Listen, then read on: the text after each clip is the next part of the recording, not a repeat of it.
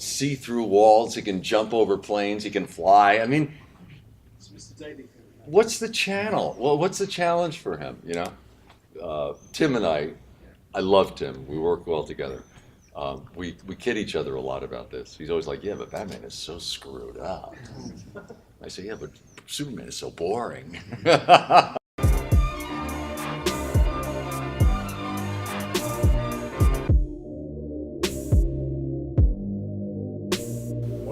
What's it like recording for like, the animated show compared to like the video games? Well, that's an interesting question. It's night and day. It really is. Doing the shows, either the TV shows or the direct-to-video movies, Warner Brothers has a policy of always having the actors together in a studio, which is actually kind of unique, because a lot of voiceover studios, they like to get completely clean takes. It makes their post-production editing much easier if each voice is recorded separately.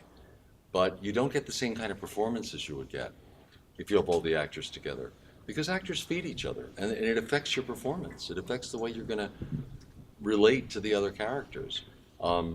Mark and I, Mark Hamill, who does the Joker, we feed off each other so much. We work together so well together that I know I wouldn't be as good a Batman if it wasn't for him. He makes me better. So I love being in the booth with the other actors, and that's a unique thing with Warner Brothers, which is great. So when you do the shows, you have all those actors in the booth together, you get all the interaction, and Andrea says sometimes it's like watching 12-year-olds, you know, it's just, you guys, I can't control you guys, you're just guys are going crazy out there. So it's very fulfilling. But doing the games, because of the technicality of how they're built, those have to be separate takes for everything. So you have to be isolated for a game. So like Arkham Knight, to give you an example, was the third part of the Arkham trilogy.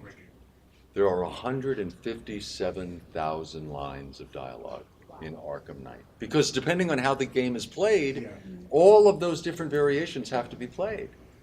So I was in a booth alone at 4-hour blocks of time, and you're trying to keep the Batman character alive, you're trying to keep this situation alive in your head, and you're doing line after line after line after line after line after line after line. They say, okay, now can you do it with a little irony? Line after line. Keep the irony, now can we have a little smile?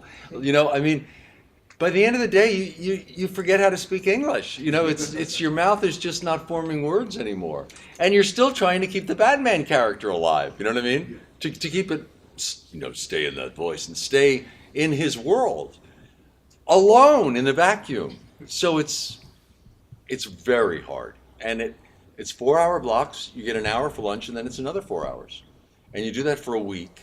And then you usually get a couple of weeks off while they're writing more stuff, and then they bring you in again. And Arkham Knight took 2 years of that to build, of going into those sessions, you know, a couple of times, you know, a couple of weeks a month. So it's almost like drilling teeth. You know, it's just no fun building games. But then when you see the result, and you think, oh my God, look how beautiful this is and how exciting this is, and I'm a part of this. You know, I contributed to this. And I'm so proud of the performance, especially given to how hard it is, I know, to do that performance when you're performing in a vacuum. So it's not a joyous process, and recording the shows is a joyous process. It's fun. It's why you become an actor. Building games is not why you become an actor, but the result is so beautiful.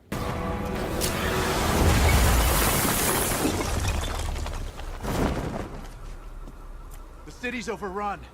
We don't stand a chance. Stay here. I'll send someone to pick you up. What are you doing?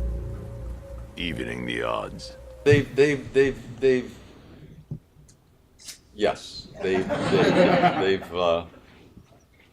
Let's face it, Batman is complicated, he's got issues, he's dark, he's got problems, and he overcomes them all, which is what people love about him. But he has no superpowers. And Superman is, you know, square-jawed, you know, farm-fed. He's just so boring. He's, he's got no issues. He can see through walls. He can jump over planes. He can fly. I mean, what's the channel? Well, what's the challenge for him?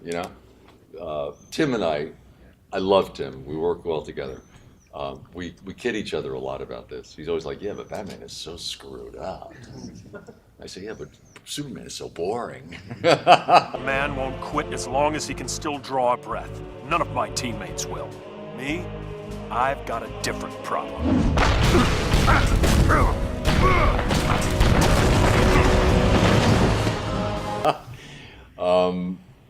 But you're right, in the most recent film, they've given Superman, they've dirtied him up a little bit, which I think is really smart, because he was dull, That's why I feel so lucky to have started. I mean, this is the first animated role I ever auditioned for. I got the brass ring. It's the most, everyone says, what other superhero would you want to play? And I said, are you kidding? What other superhero is there? I got the best one. I started with the best one. He's so complicated. There's so much meat to bite into with him, It never ends. So I was just really, really lucky. Flee.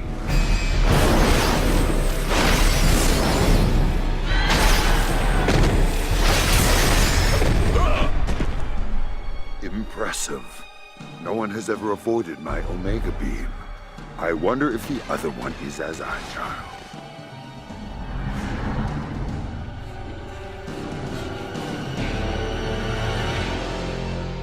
Excellent strategy. And it's great. The fans are wonderful. The Batman fans are, in general, pretty wonderful. They're very passionate, and they care about the actors. They really do. They're very considerate. So I love meeting them at the Comic-Cons. When you do voice work, you never interact with the audience. You send the performance out into the ether, and you don't know how it's received. And so the only time I get to interact is at these things. Justice will be served, Joker. Service with a smile? Clean up your act, Joker. Oh, that's a joke, right? Batman finally told a joke.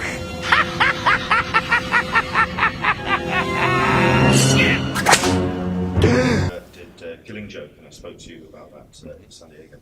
And you said at the time that you were really conflicted about doing that role because it was such a dark performance of Batman, and you actually weren't. You were okay with doing the part, but you weren't happy with kind of like the way that the tone had taken. Have you changed your thoughts on how that performance? Well, it wasn't that I wasn't happy with it. It's just that I was aware of how controversial it was. Yeah. I appreciated that a lot of people were disturbed. I wasn't, but I just appreciated the fact that people were. Batman has a very broad audience. It was originally, the first Batman animated series was on prime time on Fox. It was never designed to be a kid's show, but they knew that they were going to have a kid's audience too. So they had to keep it a very adult show, which it obviously is, with very adult storylines and sophisticated artwork and sophisticated music and storylines, but they could never show a child in danger. They had to go by certain standards and practices in the States that you have to respect if you know you're going to have audiences of under 12. You just have to do it. So the Killing Joke, the issue I had was that it was a great mature story for Batman Joker, but I know that a lot of the audience is still under 12, and that's rough. That's a rough story for people that young. And I had a lot of friends who said, "Well, I love that movie you did, but I'm not going to let my kid see it for 10 years." I have it in a box, and he'll see it when he's older. But no, I didn't have problems with the story. I understood people who did. I think apparently we need to let you go and traumatize more people on the show floor, but thank you so much. Yeah. Was there another? I think they have you back on the show floor. Oh, that was for me? Get out of here? Oh, sorry. Thank you. Okay.